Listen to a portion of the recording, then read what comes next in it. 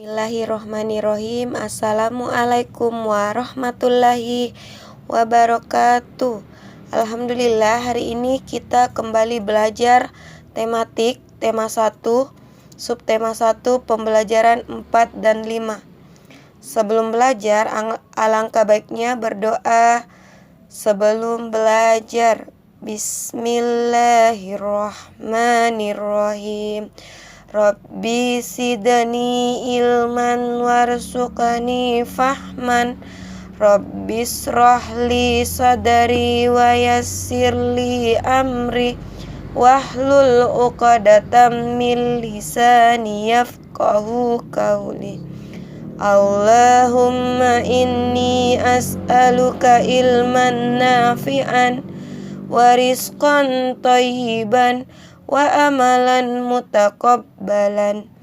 Amin. Jadi hari ini kita belajar tentang pertumbuhan makhluk hidup. Jadi salah satu ciri makhluk hidup yaitu tumbuh. Contohnya, salah satu ciri manusia itu mengalami pertumbuhan. Pertumbuhan manusia itu terjadi sejak di dalam kandungan. Setelah lahir, pertumbuhan manusia bertambah besar dari bayi hingga dewasa. Bertambah berat serta tinggi badan merupakan salah satu contoh pertumbuhan. Coba amati gambar di halaman 24. Nah, di situ ada pertumbuhan dan perkembangan anak mulai dari kecil sampai dengan anak tersebut menjadi tua. Perhatikan, ayo membaca.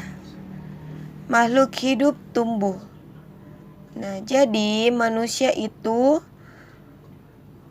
pertumbuhannya bertambah besar dari bayi hingga dewasa, bertambah berat serta tinggi badan. Nah, kalau hewan juga itu tumbuh. Seperti contohnya ayam. Ayam tumbuh menjadi ayam dewasa. Jadi ayam betina dewasa menghasilkan telur kembali dan seterusnya. Tumbuhan pun juga seperti itu. Tumbuhan juga seiring waktu bertambah besar dan meninggi. Nah, coba perhatikan di halaman 25 pertumbuhan pada kupu-kupu. Jadi, pertumbuhan kupu-kupu atau daur hidup kupu-kupu itu dari apa? Coba perhatikan gambar di samping. Jadi dari telur, ulat, kepompong, dan kupu-kupu. Nah, daur di samping menunjukkan daur hidup kupu-kupu. Jadi, setelah beberapa hari, telur kupu-kupu menetas menjadi ulat. Nah, ulat memakan daun-daunan sehingga tubuhnya menjadi besar. Ulat mencari tempat untuk berdiam diri dan membentuklah kepompong. Setelah itu, tubuh ulat berubah menjadi kupu-kupu. Jadi, tuliskan penjelasan tentang pertumbuhan kupu-kupu seperti pada gambar. Nah, seperti penjelasan pada Bunda yang telah Bunda sebutkan tadi dari telur, ulat, kepompong, dan kupu-kupu. Ringkas saja ya. Nah, jadi kalau pertumbuhan itu tentu harus seiring dengan makanan yang sehat. Jadi makanan juga itu sangat berpengaruh bagi perkembangan makhluk hidup. Nah, yang penting untuk pertumbuhan dan perkembangan yaitu makanan yang menyehatkan dan bergizi. Jadi menjaga kesehatan tubuh itu penting. Contohnya, makan makanan bergizi, tidur yang cukup, berolahraga secara teratur. Nah, jadi seperti di surah Al-Maidah ayat 88, dan makanlah makanan yang halal bagi baik dari apa yang Allah rezekikan kepadamu, dan bertakwalah kepada Allah yang kamu beriman kepadanya. Nah, Ananda Soleh dan Solehah, selanjutnya buka bukunya di halaman 28 pembelajaran 5. Jadi kita lanjutkan pembelajaran 5 ya. Nah, jadi di situ ada bacaan cerita makan tidak boleh tergesa-gesa. Jadi dibaca ya. Nah, selanjutnya di halaman 29 kita membahas lagi tentang ciri-ciri makhluk hidup. Salah satu ciri-ciri makhluk hidup yaitu bernafas. Nah, jadi alat pernafasan makhluk hidup itu berbeda-beda. Jadi bernafas itu artinya menghirup gas oksigen dan mengeluarkan gas karbon dioksida. Jadi tanpa bernafas, makhluk hidup dapat mengalami kematian. Jadi alat pernafasan makhluk hidup itu berbeda-beda. Contoh, manusia bernafas dengan paru-paru.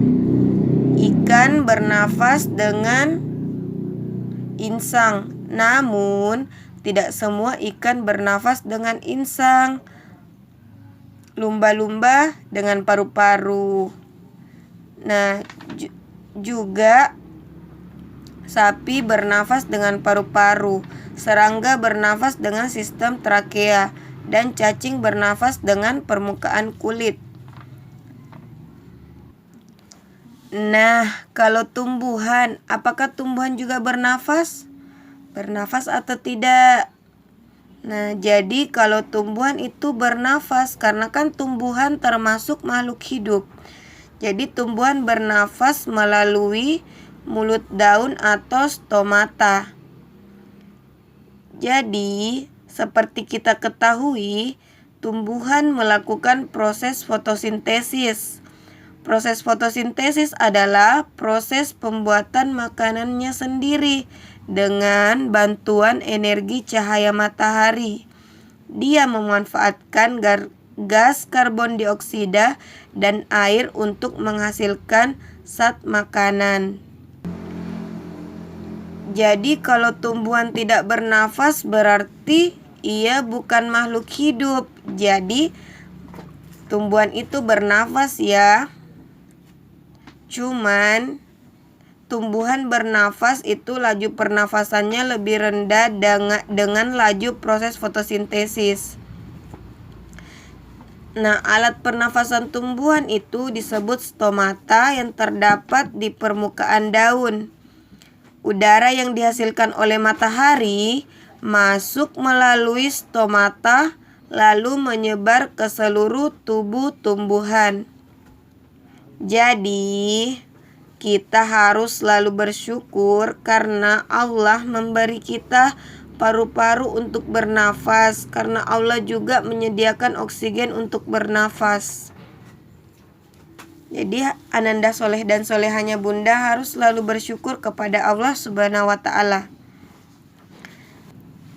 Nah, selanjutnya di halaman 31 coba perhatikan tabel. Di sini ada tabel. Yang pertama, minggu pertama di dalam susu kemasan kotak terdapat 2173 kotak. Di dalam kemasan botol terdapat 2300 botol.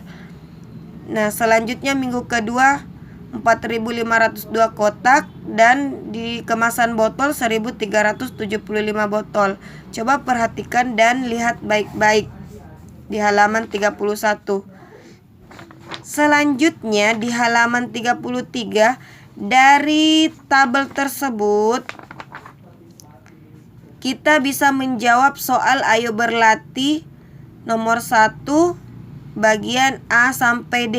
Jadi nomor 2 tidak perlu dikerjakan, nanti hari Selanjutnya belajar tematik baru dikerjakan. Jadi silahkan dikerjakan. Ayo berlatih 1A sampai D. Nah, jadi tugasnya hanya itu. Insya Allah dilanjutkan hari Rabu pembelajaran tematiknya. Jadi hanya itu yang Bunda mau sampaikan. Pembelajaran tematik tema 1, subtema 1, pembelajaran 4 dan 5. Insya Allah kita belajar kembali di hari Rabu. Semoga Ananda soleh dan soleha semuanya sehat dan tetap jaga protokol kesehatan. Wassalamualaikum warahmatullahi wabarakatuh.